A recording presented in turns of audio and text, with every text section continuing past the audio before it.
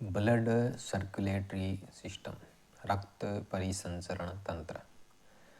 अगर पूछे रक्त परिसंचरण तंत्र है उसका जनक कौन है तो विलियम हार्वे है। कौन है? William Harvey.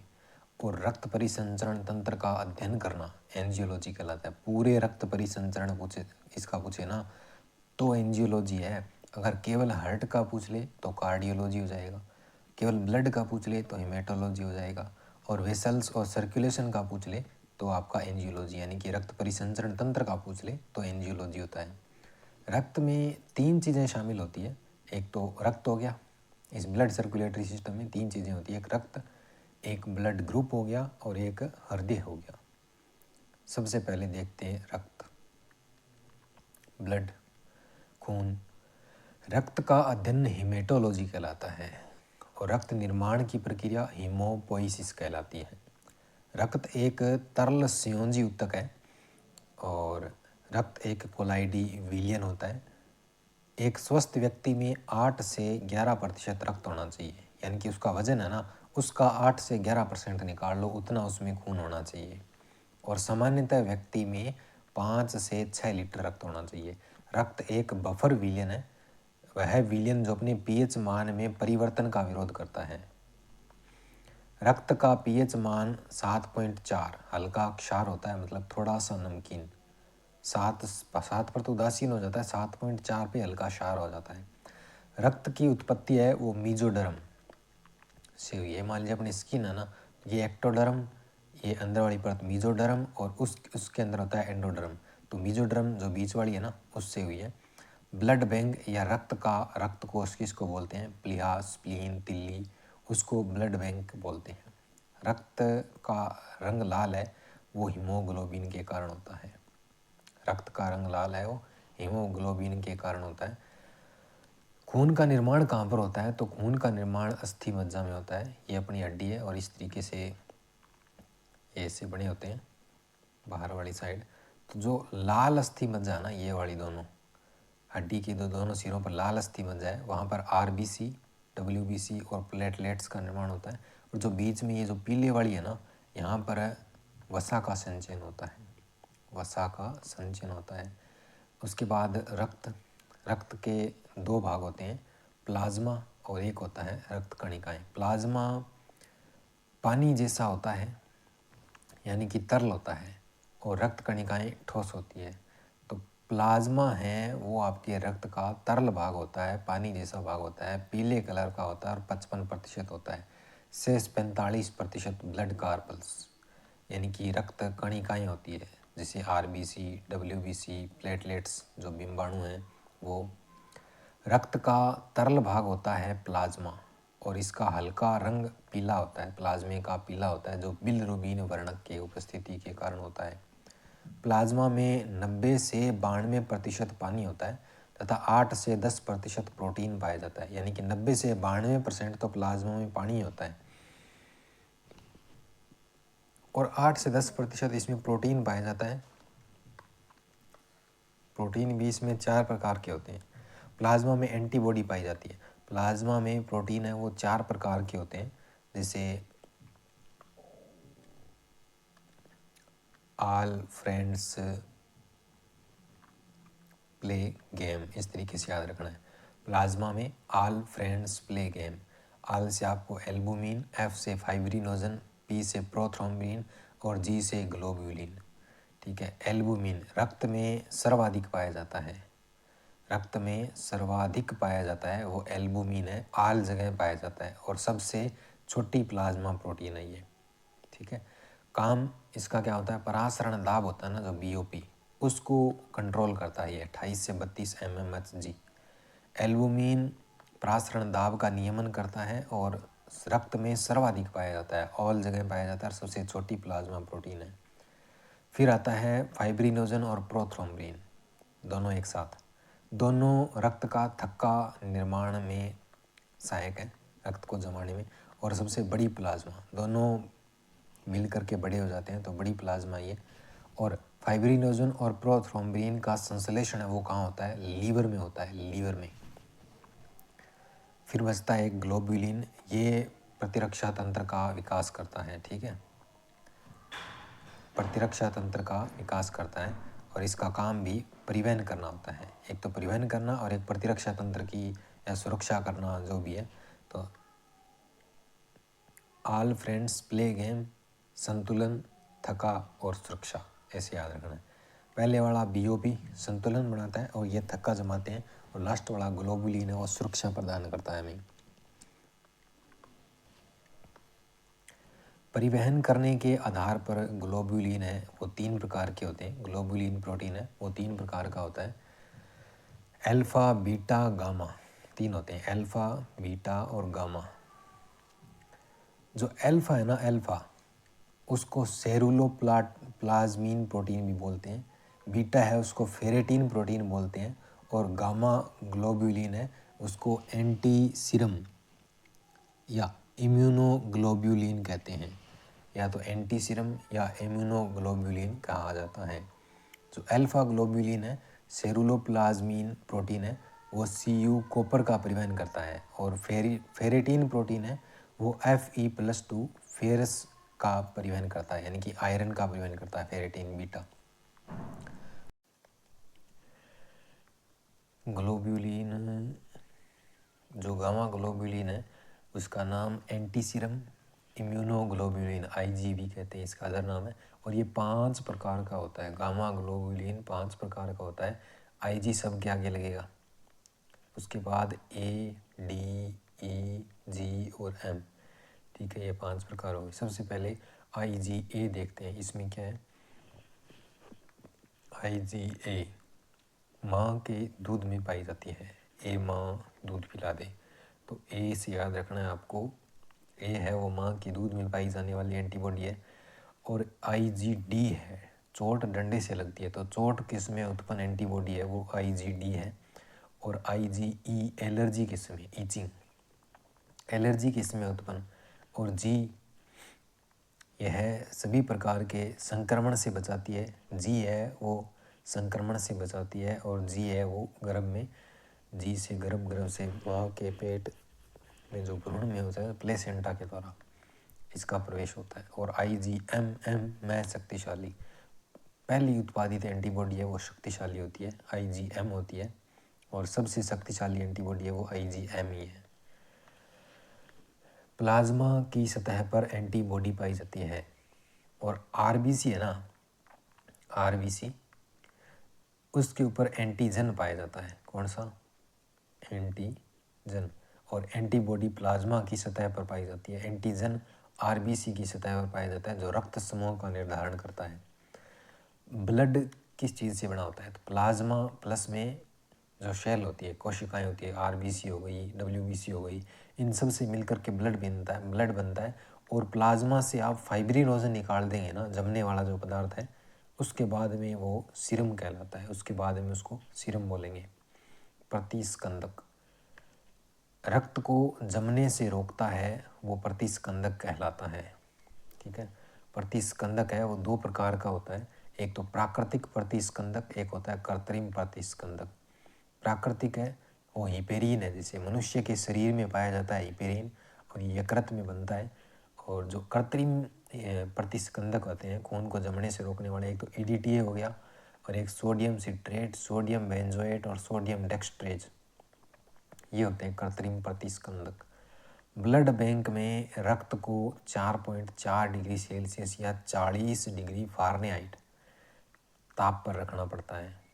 इसके ऊपर 40 डिग्री ताप पर रखना होता है। फ़ारेनहाइट पे तो 40 हो गया, और सेल्सियस में 4.4 डिग्री सेल्सियस होता है।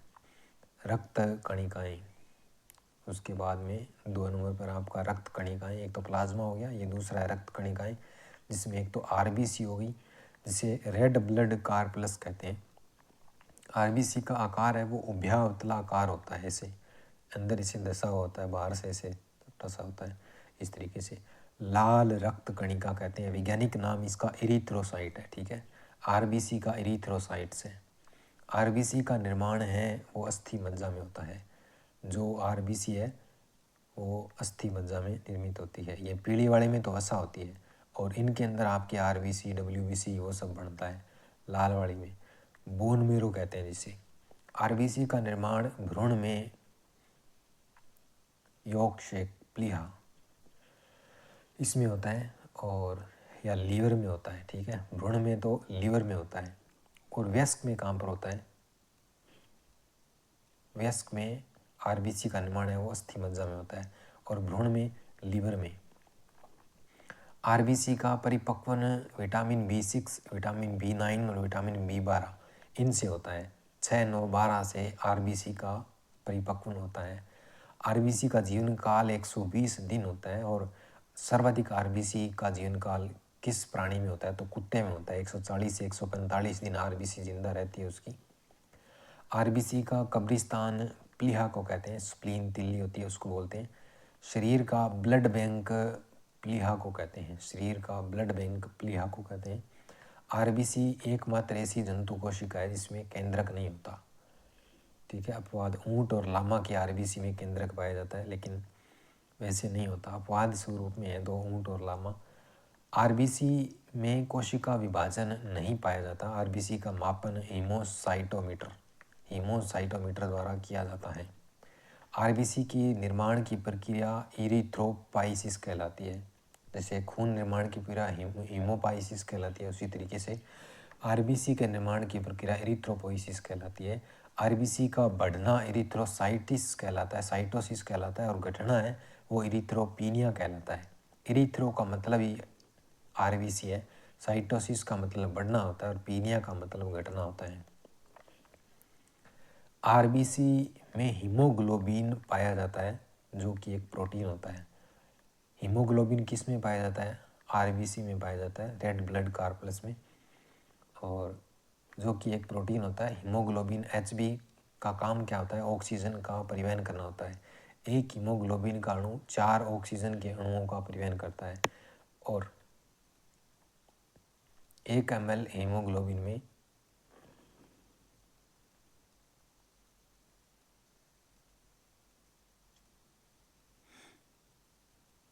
अगर ml में बात की जाए ना, तो 1.34 ml परिवहन करता है एक हीमोग्लोबिन का अणु।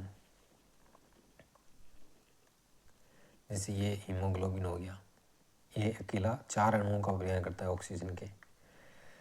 हीमोग्लोबिन में पाई जाने वाली धातु Fe धातु, आयरन Fe+2, फेरस पाया जाता है हीमोग्लोबिन में। और हीमोग्लोबिन किस में पाया जाता है? तो आरबीसी में पाया जाता है हीमोग्लोबिन, ठीक है।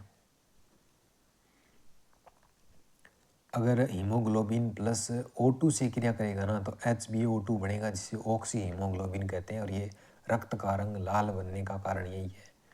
Hb+CO2 मिलेगा ना, तो कार्बोक्सी हीमोग्लोबिन बनता है, और Hb+CO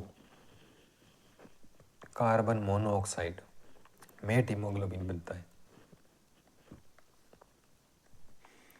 हीमोग्लोबिन की मात्रा 12 से 16 ग्राम प्रति 100 ml रक्त में होती है, 12 से 16 ग्राम। सबसे बड़ी आरबीसी किस में होती है? एम्फीबिया, उभयचरों में सबसे बड़ी आरबीसी होती है। जंतु में अगर देखें ना, सबसे बड़ी केवल जंतु में तो हाथी में है, और सबसे छोटी आरबीसी कस्तूरी मृग में होती है। यदि आरबीसी को परख नली में खुला छोड़ दिया जाए ना, तो ये सिक्कों के ढेर के रूप में जम जाती है, ऐसे व्यवस्थित हो जाती है। उसको रोलेक्स बोलते हैं, रोलेक्स।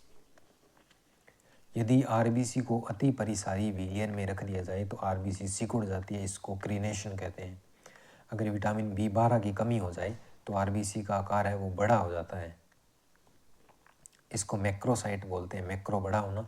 अगर Fe+2 आयरन की कमी हो जाए तो आरबीसी का साइज़ कम हो जाता है, जिससे माइक्रोसाइट बोलते हैं। माइक्रो छोटा होना, मैक्रोसाइट बड़ा होना। आरबीसी की संख्या में अगर वृद्धि कर दी जाए तो पॉलीसाइथीनिया, और कमी हो जाए तो एनीमिया। और आरबीसी का अगर साइज बड़ा हो जाए तो मैक्रोसाइट, और साइज छोटा हो जाए तो माइक्रोसाइट कहलाता है। खून की कमी एनीमिया, आरबीसी की कमी एनीमिया, हीमोग्लोबिन की कमी एनीमिया, फेरस ऑक्साइड नहीं फेरस लोहे की आयरन की कमी है तो भी एनीमिया कहलाता है।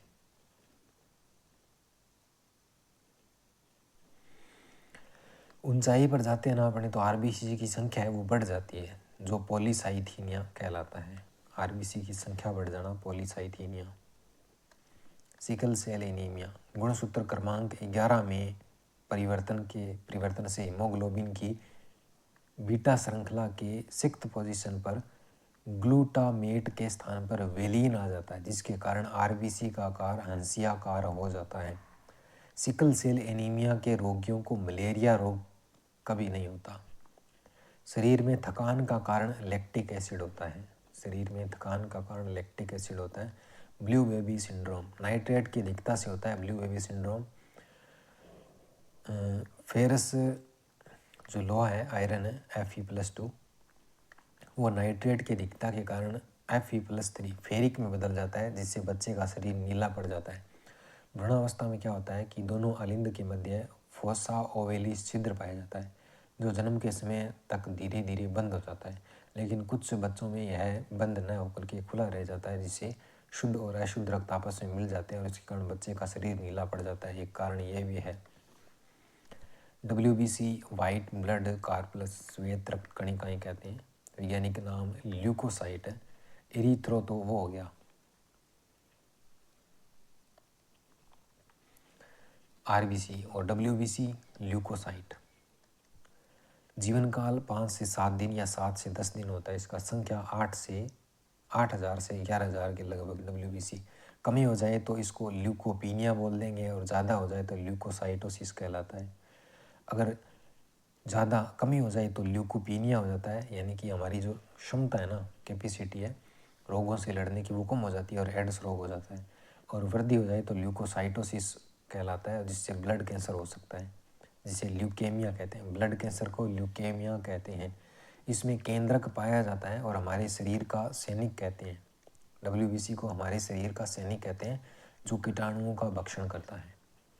WBC 2 प्रकार की होती है, एक तो कणिका में होती है और एक अकणिका में होती है।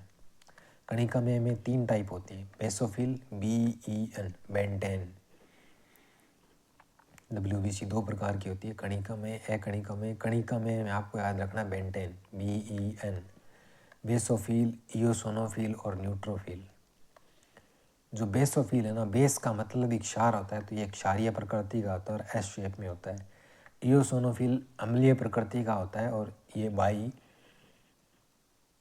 टू लोब्ड होता है, इस तरीके से बाई टू लोब्ड। एक होता है न्यूट्रोफिल। न्यूट्रो का मतलब होता है उदासीन होना। इसमें 2 से 7 लोब्ड होते हैं, इस तरीके से, मतलब केंद्रक से होते हैं, केंद्र होते हैं, उनको बोलते हैं लोब्ड।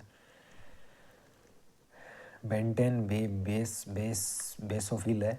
बेसोफिल क्षारीय अभिरंजक मिथाइल ब्लू मिलाने पर नीला रंग हो जाता है, अतः यह क्षारीय प्रकृति का होता है।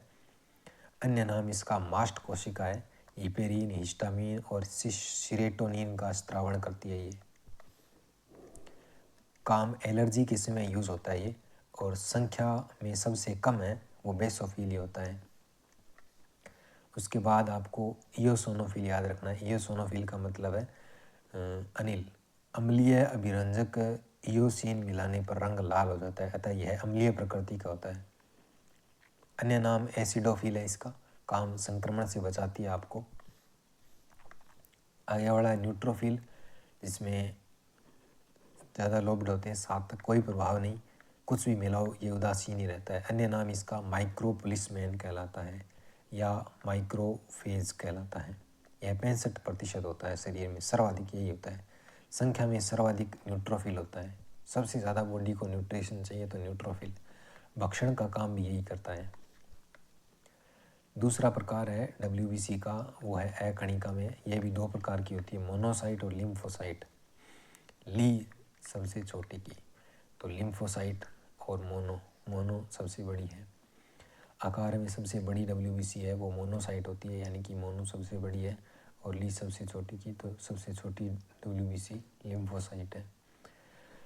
जो मोनोसाइट है उसका अन्य नाम मैक्रोफेज है और इसका आकार है वो सेम के बीज के जैसा होता है, इस तरीके से।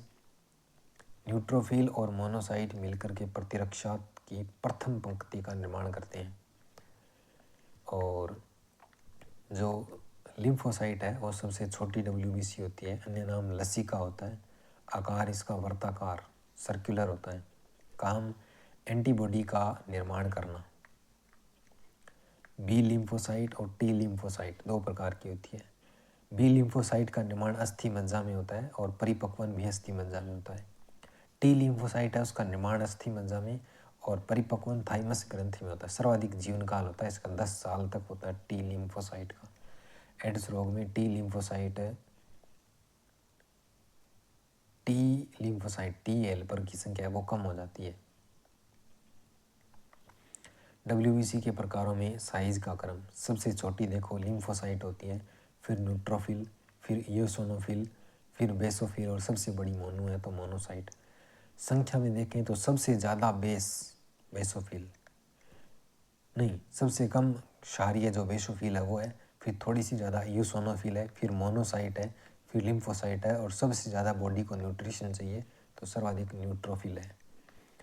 फिर आती है प्लेटलेट्स, बिंबाणु, अन्य नाम थ्रोम्बोसाइट्स। जीवन काल 3 से 4 दिन, संख्या 1.5 लाख से 3.5 लाख होती है। रक्त का थक्का बनाने के काम आती है ये। निर्माण मेगा कैरियोसाइट इसका निर्माण करते हैं। कोशिकाएं, हमारे शरीर में रक्त का थक्का बनाने वाले कुल 13 फैक्टर होते हैं। प्लेटलेट्स की कमी थ्रोम्बोपीनिया, वृद्धि थ्रोम्बोसाइटोसिस। प्लेटलेट्स केंद्रक विहीन होता है। सबसे ज़्यादा शरीर में RBC पाई जाती है, उससे कम प्लेटलेट्स और उससे कम WBC। ऑल ओवर संख्या का क्रम है ये बॉडी में अपने।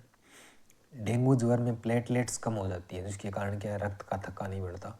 तो RBC अगर 600 पाई जाती है ना तो WBC 1 और प्लेटलेट्स 40 पाई जाएगी। साइज का क्रम देखें तो सबसे बड़ी WBC होती है WBC, उससे छोटी RBC और उससे छोटी होती है प्लेटलेट्स।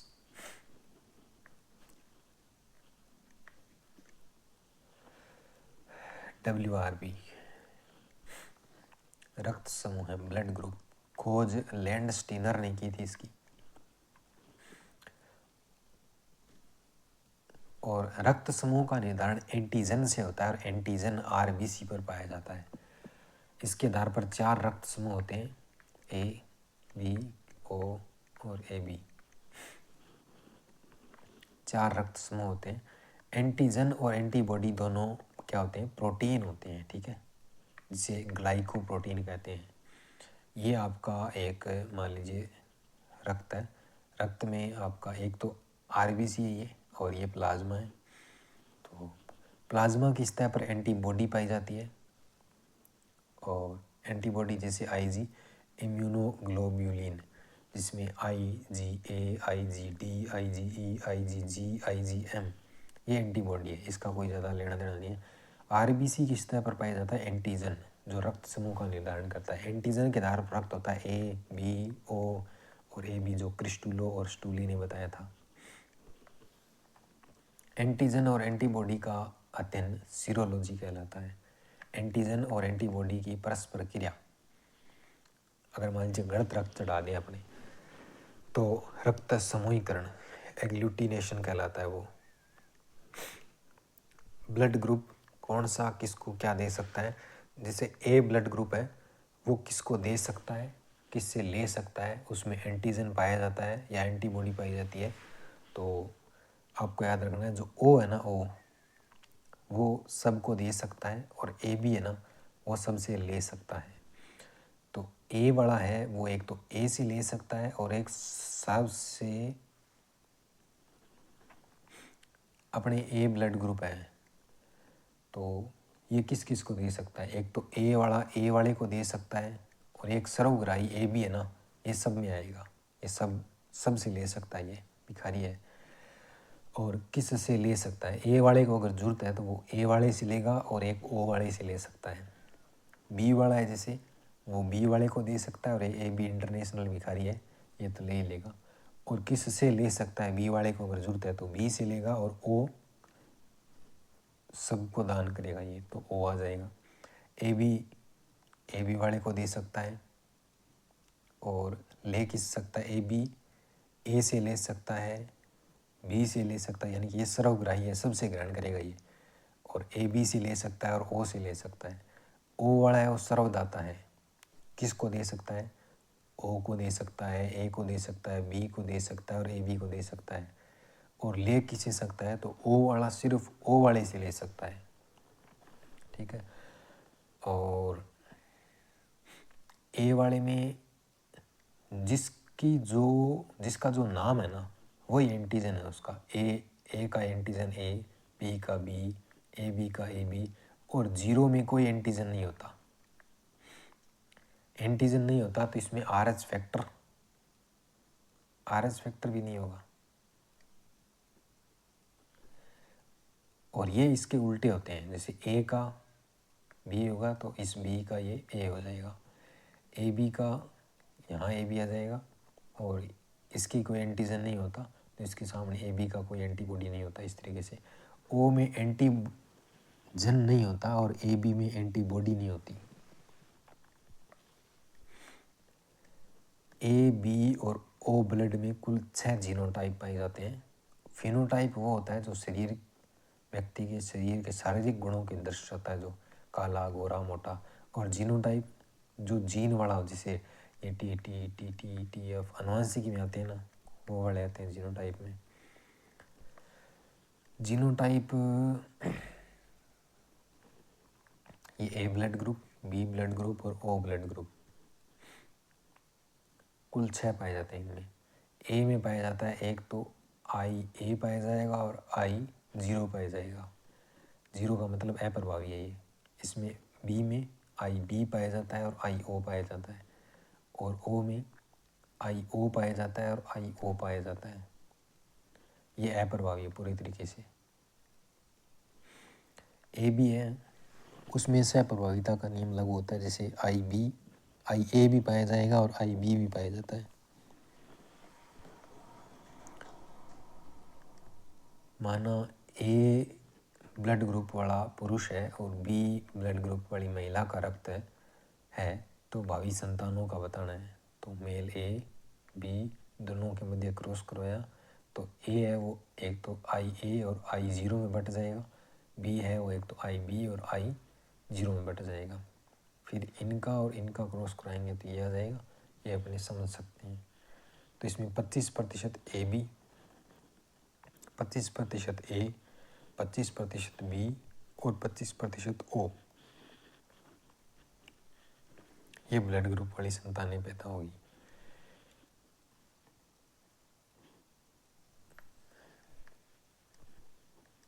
आरएच कारक 1940 में लैंडस्टीनर और वीनर ने मकाका रिसस बंदर में आरएच कारक खोजा था। वीनर ने वानर में खोजा था। कब? 1940 में। आरएच फैक्टर किस पर आधारित होता है तो आरबीसी पर आधारित होता है। आरएच कारक एक तरह का एंटीजन होता है जो आजकल डी एंटीजन के नाम से जाना जाता है। आरएच कारक 2 प्रकार के होते हैं, एक तो आरएच पॉजिटिव और एक आरएच नेगेटिव। जिसमें नहीं पाया जाता वो नेगेटिव और पाया जाता है वो पॉजिटिव है। विश्व में 85% आरएच पॉजिटिव और 15% आरएच नेगेटिव। भारत में 93% आरएच पॉजिटिव और 7% आरएच नेगेटिव पाए जाते हैं। ए बी और ओ।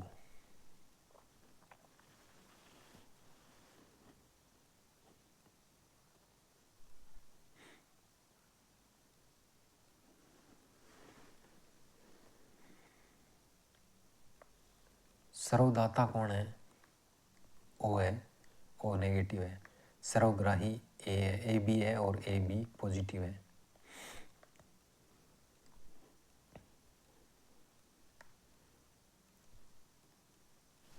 यहाँ पर याद रखना है, अगर मान लीजिए पॉजिटिव है कोई तो पॉजिटिव वाला पॉजिटिव को दे सकता है, ये नेगेटिव को नहीं दे सकता।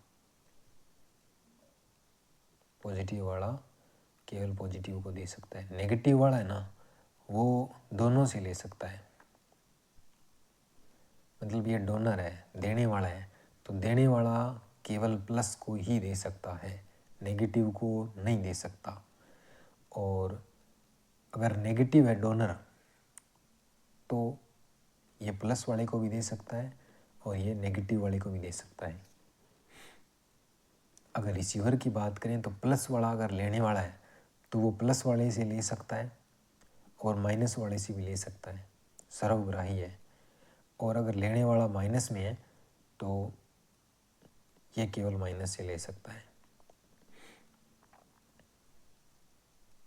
RH प्लस व्यक्ति RH माइनस व्यक्ति को रक्तदान नहीं कर सकता, उसकी मृत्यु हो जाएगी। निम्न में से कौन सा रक्तदान संभव नहीं है? O नेगेटिव है, वो नेगेटिव को तो दे सकता है, B नेगेटिव को दे सकता है क्योंकि वो सर्वदाता है। AB पॉजिटिव है, वो AB नेगेटिव को नहीं दे सकता। A नेगेटिव है, वो AB पॉजिटिव को दे सकता है क्योंकि ये सर्वग्राही है। और B पॉजिटिव है, ये भी AB पॉजिटिव को दे सकता है क्योंकि ये भी सर्वग्राही है, ये भी सर्वग्राही है, ये भी सर्वग्राही है, ये सर्वदाता है। लेकिन ये पॉजिटिव नेगेटिव को नहीं दे सकता, नेगेटिव पॉजिटिव को दे सकता है ना। इरिथ्रोब्लास्टोफिटिलिस असामान्य जोड़ा, इसमें पिता RH पॉजिटिव होता है तथा माता RH नेगेटिव होती है। जब पहला बच्चा RH पॉजिटिव होता है तो माता का शरीर उस बच्चे के खिलाफ एंटीबॉडी बनाने लगता है। जब तक एंटीबॉडी बनती है तब तक बच्चा शरीर से बाहर आ जाता है, अतः पहला बच्चा जीवित रहेगा और आगे वाले बच्चों की मृत्यु हो जाती है। तो इसमें क्या किया जाता है, एक टीका लगाया जाता है, रहोगम या एंटी-डी का टीका या रोगम का टीका, उससे आगे वाले बच्चे भी सेफ रहते हैं। विश्व में अधिकतम रक्त समूह O पॉजिटिव तथा मिनिमम AB नेगेटिव मिलता है। भारत में सबसे ज़्यादा O पॉजिटिव, B पॉजिटिव तथा मिनिमम AB नेगेटिव और O नेगेटिव मिलता है। हृदय, हृदय का अध्ययन कार्डियोलॉजी कहलाता है। पाई जाने वाली पेशियाँ कार्डियक पेशियाँ, पाया जाने वाला द्रव पेरिकार्डियल द्रव, पाई जाने वाली झिल्ली पेरिकार्डियम झिल्ली। हृदय का सिकुड़ना सिस्टोल और हृदय का फैलना डायस्टोल कहलाता है। हृदय बंद मुट्ठी के आकार का होता है। हृदय का वजन 300 ग्राम मेल में और फीमेल में 250 ग्राम होता है। हृदय के प्रकार PARAM, परम याद रखना है। तो P पीसीज मछली में पाया जाता है, मतलब 2, 3, 3.5, 4, 4, इस तरीके से याद रखना है। तो P से पीसीज यानी कि मछली, A से एम्फीबियन यानी कि उभयचर मेंढक में, और R से रेप्टाइल सरीसृप सांप में, एवीज यानी कि पक्षी में, और मेमल्स यानी कि स्तनधारी में। 4 कोष वाले कौन कौन है? व्हेल हो गया, डॉल्फिन हो गई, मगरमच्छ हो गया, घड़ियाल, चमगादड़, बंदर, मनुष्य, कुत्ता, गधा, और केंचुए में 3 है या 8 है? 8 है शायद। और कॉकरोच में 13 कोष होते हैं। हार्टबीट देखें तो 72 बार प्रति मिनट सुन सकते हैं, इसको स्टेथोस्कोप से यानी कि माप सकते हैं। खोजकर्ता लेनक है, ध्वनि के बहुपरावर्तन के सिद्धांत पर काम करती है। साउंड लबडब। हार्टबीट तेज हो जाए तो ट्रेकी कार्डियक और धीमी हो जाए तो ब्रेडी कार्डियक। पहला कृत्रिम हृदय बनाने वाला व्यक्ति था वो जार्विक सेवन था, जार्विक सेवन। पहला हृदय प्रत्यारोपण क्रिश्चियन बर्नार्ड ने किया था विश्व में, और भारत में वेणुगोपाल ने। शरीर में प्लेटलेट्स का काम क्या है? रक्त का थक्का बनाना। रक्त परिसंचरण तंत्र का अध्ययन एंजियोलॉजी। पित्त रस निम्न में से स्रावित होता है यकृत से। रक्त समूह ए वाले व्यक्तियों में प्लाज्मा किस प्रकार के एंटीबॉडी पाए जाते हैं? प्लाज्मा में एंटीबॉडी बी। हीमोग्लोबिन पाया जाता है आरबीसी में। मनुष्य के किसी पुरुष या स्त्री के द्वारा रक्तदान करने के लिए कौन सी स्थिति सही है? उस व्यक्ति का वजन 45 केजी से अधिक होना चाहिए, सही है। कोई व्यक्ति कोई गंभीर रोग से पीड़ित नहीं होना चाहिए, भी सही है। उसके रक्त में हीमोग्लोबिन 8 से 12 नहीं। उस व्यक्ति ने पिछले 2 साल नहीं 6 माह में चल जाता है काम। अभिकथन AB रक्त समूह के लोग सबको रक्त दे सकते हैं। सर्वदाता थोड़े होते हैं, सर्वग्राही होते हैं वो।